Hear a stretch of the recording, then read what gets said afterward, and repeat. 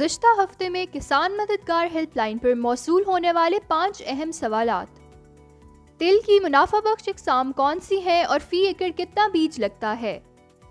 تل کی منافع بخش اقسام TS3، TS5 اور TS6 ہیں۔ قطاروں میں کاشت کے لیے 5 کلو گرام فی ہیکٹر یعنی 2 کلو گرام فی ایکڑ بیج، جبکہ بذریعہ چھٹا کاشت کے لیے 6 کلو گرام فی ایکڑ بیج استعمال کرنا چاہیے۔ تل کی کاشت کے لیے زمین کی تیاری کیسی کرنی چاہیے؟ کاشت سے قبل 2-3 مرتبہ ہل چلا کر اور سہاگا دے کر زمین کو اچھی طرح تیار کر لیں تاکہ زمین بھر بھری ہو جائے۔ نیم ہموار زمین کو اچھی طرح ہموار کرنا بھی ضروری ہے تاکہ کھیت میں پانی یکساں جذب ہو سکے۔ فصل کے بہتر اگاؤ کے لیے زمین میں نمی کا وافر مقدار کا ہونا ضروری ہے۔ تل کی کاشت کے لیے بجائی کے وقت اور پہلی آبپاشی پر کون سی کھادیں استعمال کرنی چاہیے؟ بجائی کے وقت 1 بوری DAP، 1 بوری نائٹروفاس، 1 بوری یوریا، جبکہ آبپاشی پر آدھی بوری یوریا ڈالنی چاہیے۔ تل کی فصل کو پہلا پانی کب لگانا چاہیے؟ بارانی علاقوں میں آبپاشی اگر ممکن ہو تو پھولوں کے وقت ضرور کر دینی چاہیے، مگر نہری علاقوں میں عموماً اس فصل کو 3 سے 4 پانی کی ضرورت ہوتی ہے۔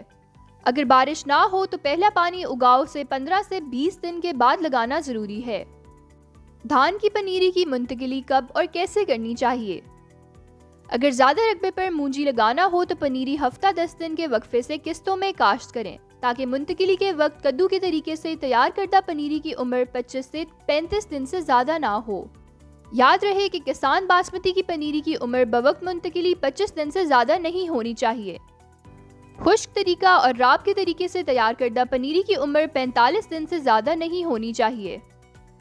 پنیری اکھاڑنے سے 1-2 روز پہلے اسے پانی لگا دیں تاکہ زمین نرم ہو جائے اور اکھاڑتے وقت پودے نہ ٹوٹیں۔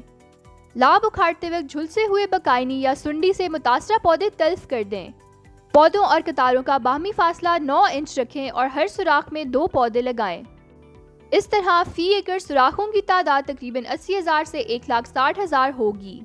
لاب کی منتقلی تقریباً 1 یا 1.5 انچ گہری پانی میں کریں۔ پہلے ہفتے میں پانی کی گہرائی اتنی رکھیں، پھر آہستہ آہستہ 2 انچ تک کر دیں، لیکن اس سے زیادہ نہ کریں ورنہ پودے شاخیں کم بنائیں گے اور پیداوار کم ہوگی۔ اگر کچھ ناغے رہ جائیں تو لاب کی منتقلی کے بعد 10 دن کے اندر ان کو پر کر لیں۔ مزید رہنمائی کے لیے کسان مددگار ہیلپ لائن پر رابطہ کریں۔ شکریہ۔